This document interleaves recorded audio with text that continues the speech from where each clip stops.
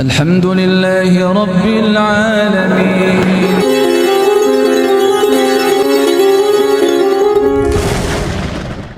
Jadi kalau kita berjalan menuju Allah satu jengkal, Allah menyambut kita dengan sehasta gitu. Kalau kita menuju Allah dengan aras-arasan jalan biasa, Allah menyambut kita dengan berlari-lari. Allah nyuruh kita sholat sunnah fajar 2 rakaat, balasannya Masya Allah. Nah ini maka Allah itu Asy-Syakur, yang maha pandai berterima kasih, memberi balasan yang sangat banyak.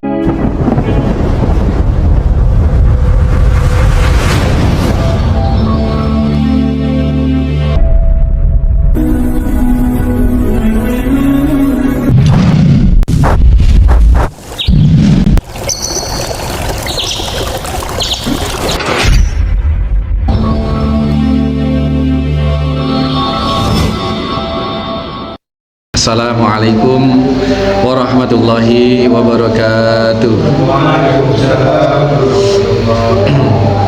Innal hamdalillah nahmaduhu wa nasta'inuhu wa nastaghfiruh wa na'udzu billahi min sururi anfusina wa min sayyiati a'malina. May yahdihillahu fala mudhillalah wa may yudlil fala hadiyalah. Asyhadu an la ilaha illallah wahdahu la syarikalah. Asyhadu anna Muhammadan abduhu wa rasuluhu wa man tabi'ahu bi ihsanin ila yaumil qiyamah. Allahumma salli wa sallim wa barik ala Muhammadin wa ala alihi wa sahbihi wa ba'd. Bapak-bapak, ibu-ibu, jamaah Masjid Al-Muslimun Curah Jeru Panji, serta segenap mustami, adik-adik, anak-anakku sekalian. Yang keempat kemudian, sebagai seorang pendidik, ini posisi Nabi ini sedang ngajar atau memejang. Ini harus mengkondisikan murid yang akan diberi wejangan. Guru misalkan, yang guru nih masuk kelas, jangan langsung anak-anak ilmu begini. Ini tidak masuk, Pak.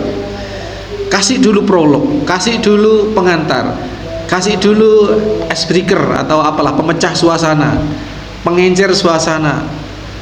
Tiba-tiba datang ihfadillah yatfadka. Apa itu? Tidak, Nabi memberikan stimulan awal, ya gulam, gitu. Wahai bocah, itu dengan mengatakan muka kalimatin. Wahai bocah, aku akan mengajarmu kalimat. Jadi ada pendahuluan, ada prolog, sehingga siswa atau santri atau yang diberi nasihat, yang diberi wejangan ini siap gitu, Pak. Siap. Oh iya, apa kira-kira apa? Seperti Rasulullah SAW mengkondisikan sahabat yang mau diberikan wejangan. Satu saat pernah, wahai sahabat, tahukah di antara kalian pohon apa yang sifatnya menyerupai sifat seorang mukmin? Itu para sahabat pasti kan terhenyak, Pak. Apa ya kira-kira? Ya, pasti sudah ada respon gitu. Sehingga ketika Nabi menyatakan nggak ada yang tahu, Allah wa Rasul a'lam, mesti jawabannya gitu, Allah dan Rasul yang lebih mengetahui. Baiklah, pohon yang memiliki sifat seperti seorang mukmin itu adalah pohon kurma. Nah, dengan menyatakan pohon kurma, kemudian timbul penganalisaan, pensyarahan kenapa kurma begini. Ketika Nabi mengatakan pohon kurma, sahabat sudah pada mahfum, paham, karena sebelumnya dikondisikan, Pak. Gitu. Tadi kita mau memulai, kita sapa dulu ibu sekalian, bapak sekalian, ini hadis, ini khusus, ini hadis wejangan. Nah, dengan demikian kan mesti apa ya kira-kira, kan begitu tadi, Bang. Betul. Ini nasihat bagi siapapun. Kita ke anak-anak kita juga gitu. Seperti Rasul ke Hulam ini, ke Ibnu Abbas, aku u'allimuka kalimatin, aku akan mengajarimu beberapa kalimat atau satu kalimat. Ini timbul respeknya gitu, sehingga wejangan itu masuk, plang masuk begitu. Kalau tiba-tiba sambil dibojong sambil ngomel sendiri, ketahuilah bahwasanya ihfadillah yatfadka, itu beda, Pak. Mungkin orang yang diajak ngomong masih lihat sana lihat sini gitu.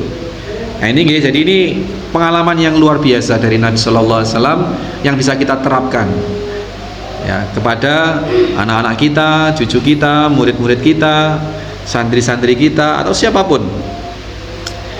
Faedah yang kelima, balasan suatu perbuatan itu adalah setara atau sesuai dengan perbuatan yang dilakukan. Kalau kita menjaga Allah, maka Allah akan menjaga kita. Betul. Kalau kita memelihara agama Allah, maka Allah akan memelihara hidup mati kita. Jadi gitu. Jadi balasan itu sesuai dengan amal. Makanya kalau hidupnya masih soro, Pak, itu harus kita introspeksi. Apa yang kurang ya saya ke Allah? Sholat saya masih seperti apa ya? Apa masih cukup sholat menunaikan kewajiban? Apa sholat yang roghbah, yang sholat yang dalam mencari keridhaan Allah gitu. Apa sholat saya sudah bermakna komunikasi, memuji dan meminta kepada Allah? Ihdinas iyyaka na'budu wa iyyaka nasta'in. Apa sudah seperti itu? Apa masih sekedar yang penting masuk sholat? Itu yang sholat yang wajib. Kalau sholatnya wajib sudahkah kita mengikuti sholat wajib kita itu dengan sholat mu'akkad, sunnah mu'akkadnya ya, yang 12 rakaat itu, duhur 4 rakaat dan ba'diyah 2 rakaat, maghrib ba'diyah 2 rakaat, isya ba'diyah 2 rakaat, terus kemudian subuh qobliyah 2 rakaat. Ini 12 rakaat yang dicanangkan oleh Nabi, dan apabila itu kita istiqomahkan, maka jaminannya mendapatkan istana di surga, dibangunkan istana di surga oleh Allah Subhanahu wa taala. Kalau itu sudah kita istiqomahkan, apalagi ya sholat? Sudahkah saya sholat lail, sholat malam? Afdalus sholat ba'dal faridah sholatul lail. Afdalul siyam ba'dal Ramadan siyam apa kemarin? Muharram. Afdalus sholat ba'dal faridah, sebaik-baik sholat setelah sholat fardu itu adalah sholat malam. Sholat malam itu apa? Sholat sunnah yang dilakukan di malam hari, yakni mulai ba'diyah isya itu sudah sholat lail, Pak. Witir, syukur wudu, apapun sholat sunnah yang dilakukan di malam hari selepas isya, baik sudah tidur maupun belum tidur, itu dinamakan sholat lail. Kakak, jangan dikitukan, nggak sembuh-sembuh. Nah, terkhusus sholat lail yang dilakukan setelah tidur namanya sholat tahajud.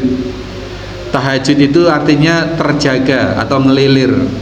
Sholat lail, sholat sunnah yang dilakukan setelah tidur itu namanya sholat tahajud. Tidak peduli waktunya jam berapa. Jenengan habis isya gini nanti pulang, terus kemudian ya sambil nonton TV atau sambil apa, tertidur di sofa misalnya, ini tertidur 5 menit, bangun, itu sholat malam sudah tahajud namanya, Pak. Tidak masalah sholat tahajud seperti itu. Maka ini afdhalus sholat ba'dal faridah sholatul lail, sholat malam, yang terutama sholat malam itu yang lebih afdal lagi adalah sholat tahajud, karena tahajud itu paling berat, Pak. Tadi pagi Mas Semi apa siapa itu ya membawakan latihan khutbah itu, materi itu, sholat tahajud itu adalah sholatnya orang-orang yang khusus, memang orang yang soleh. Kalau sedekah itu siapa aja bisa, Pak, preman aja bisa, tukang parkir liar, tukang palak di pasar pun bisa sedekah. Tapi yang melakukan sholat tahajud ini orang yang khusus, orang yang soleh benar. Kalau nggak soleh, ngeleler itu malah tidur lagi, Pak. Sudah dikasih oleh Allah, sudah dibangunkan dengan kudu akemih itu, Pak, apa ya, kebelet pipis misalkan, ke kamar mandi, ya sudah, cuman pipis saja tidur lagi, Pak. Padahal itu hakikatnya dibangunkan oleh Allah untuk pipis, terus kemudian kalau perlu mandi atau mandi, kalau sudah jam 12 malam ke atas disarankan mandi, karena itu akan menyehatkan kecerdasan sel-sel dan nurani keimanan kita, insya Allah. Jasmani rohaninya sehat kalau mandi di atas jam 12 malam. Itu mandi saja, kerucukan itu, gak apa-apa. Mumpung kalau malam di Alfiras itu airnya banter ya, jadi kalau malam mau mandi sak berapa aja nggak usah khawatir, nanti airnya banter karena naik ke itu tandon airnya. Tuh mandi aja, mandi. Nah kemudian sholat lail. Jadi itu Bapak sekalian, sholat lail itu tidak harus tidur dulu. Bahkan yang namanya sholat witir itu Nabi secara khusus berpesan pada Abu Hurairah 3 hal, dan pesan itu dilaksanakan sampai Nabi wafat. Abu Hurairah sampai wafat pun dilakukan. Apa itu? Siam ayyamul bid, kemudian puasa apa lagi? Sholat duha, terus kemudian sholat witir sebelum tidur. Sholat witir sebelum tidur. Kata-katanya ba'da naum, sebelum tidur. Jadi habis sholat isya, habis sholat rawatib itu, sholat sunnah ba'da isya, witir aja langsung, Pak. Itu. Karena tidak ada keharusan witir itu setelah tahajud, tidak. Maka witir aja sebelum tidur. Jaga ini kalau nanti malam tidak bangun, itu berarti sudah sholat witir, menjaga kesunahan Nabi Shallallahu Alaihi Wasallam. Nanti kalau bangun tahajud misalkan, ya sudah nggak usah witir, atau sholat witir lagi nggak apa-apa, asalkan jumlahnya tetap ganjil. Misalkan habis isya tadi sholat witir 3 rakaat atau 1 rakaat, nggak apa-apa. Nanti setelah sholat tahajud malam mau sholat lagi witir boleh ganjil. Nggak boleh berarti, Pak, nggak bisa, karena apa? Sudah ganjil. Kalau malam nanti ganjil lagi berarti genap malam itu, nggak bisa, nggak usah, karena witir itu hakikatnya adalah ganjil. Kalau dilakukan dalam satu malam 2 kali ganjil berarti jadinya genap, itu Pak, genap. Ya, itu ibu sekalian ya, ini memudahkan kita. Saya itu selalu tegaklah 1 rakaat itu. Coba kalau satu saat ada yang barangkali juga pengen dilihat saya, kalau memperhatikan saya sholat itu dimanapun, karena eman-eman, Pak. Momennya mumpung masih momen sholat itu, mending tambahi 1 rakaat witir, menyelamatkan kesunahan malam ini begitu. Ya udah, sholat witir. Nanti kalau tahajud ya sudah nggak usah witir gitu. Itu yaitu menjaga Allah dan dibalas oleh Allah sesuai dengan konten. Kalau kita diberikan kebaikan oleh orang, kita juga balas yang setara itu. Yang tidak boleh itu adalah melebihi, Pak. Kita dicak-cai orang, peyang lo misalkan seperti itu, ya sudah nggak apa-apa, dibalas lo juga, itu nggak apa-apa. Ada nih, Pak. Baik, kita sudahi dengan faedah yang ke-6. Nanti minggu depan kita masih ada 9 lagi. Ini sebagai penutup. Faedah yang ke-6 adalah bahwasanya di dalam memberi balasan, Allah itu selalu memberi lebih besar dari apa yang kita lakukan, amal kebaikan itu. Ya, di sini ketika kita menjaga sholat, Pak, sholat itu perak berapa sih? Misalkan sekarang kita mengalokasikan waktu sholat itu paling banter 10 menit, tapi Masya Allah, Pak, pahalanya, hadiahnya itu bisa melebihi sebanyak-banyaknya. Seperti kalau sholat sunnah saja, kita nggak usah ngomong yang wajib sudah pasti lebih besar, lebih banyak. Yang sunnah, sholat sunnah fajar 2 rakaat itu faedahnya atau pahalanya itu seperti memperoleh dunia seisinya.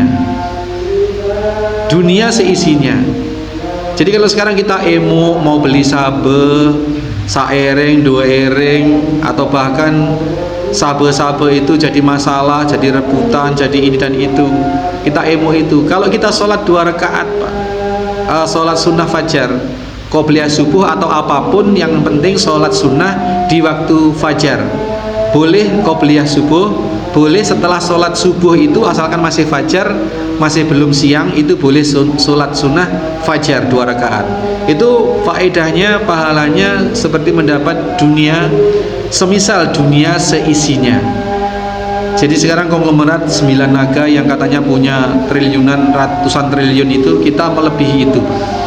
Arab Saudi yang punya sumber minyak yang kaya, yang punya menara setinggi apa itu, kita bisa melebihi itu dengan hanya sholat 2. Ini menunjukkan kemurahan Allah Subhanahu wa taala, bahwasanya kalau kita melakukan kebaikan amal soleh, ya, dengan rasa syukur kepada Allah Subhanahu wa taala, dengan rasa bahwa kita diberi kesehatan, kita diberi jalan yang benar sehingga kita lakukan pensyariatan ini, maka Allah memberikan balasannya berlipat-lipat, sangat banyak, minimal 700 kali. Dan wallahu yudhaifu liman yasha, Allah melipat gandakan semau-mau Allah Subhanahu wa taala. Maka Allah karena konsekuensi pahalanya besar orang bersyukur itu, maka kalau tidak bersyukur ancamannya juga berat, Pak. La in syakartum la azidannakum wa la in kafartum inna adzabi lasyadid. Allah ini maha memberikan balasan. Allah itu maha bersyukur kepada hambanya. Maka Allah namanya di antara Asmaul Husna adalah Asy-Syakur. Allah yang maha berterima kasih. Jadi kalau kita berjalan menuju Allah satu jengkal, Allah menyambut kita dengan sehasta gitu. Kalau kita menuju Allah dengan aras-arasan jalan biasa, Allah menyambut kita dengan berlari-lari. Allah nyuruh kita sholat sunnah fajar 2 rakaat, balasannya Masya Allah.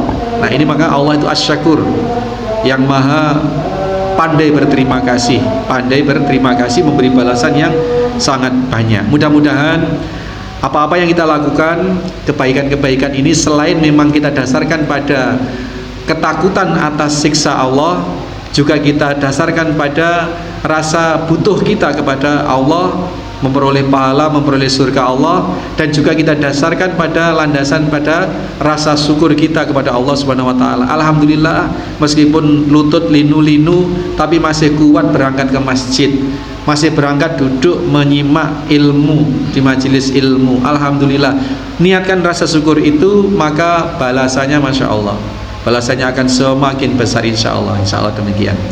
Ada pertanyaan Bapak Ibu sekalian? Ini bab ini masih mutiara semua Pak yang diomongkan Nabi. Jadi kita kalau mau mengurai dalam satu pertemuan yang maghrib sampai isya nggak cukup. Makanya ini separuh belum dapat ini. Karena yang disampaikan Nabi tadi itu kata-kata berlian betul. Ya, jadi kita belum cukup, nanti kita sambung pekan depan untuk fadilah atau pelajaran yang kita bisa urai dalam hadis ini. Kalau nggak ada, kita akhiri. Subhanakallahumma wa bihamdika asyhadu alla ilaha illa anta astaghfiruka wa atubu ilaik. Assalamualaikum warahmatullahi wabarakatuh.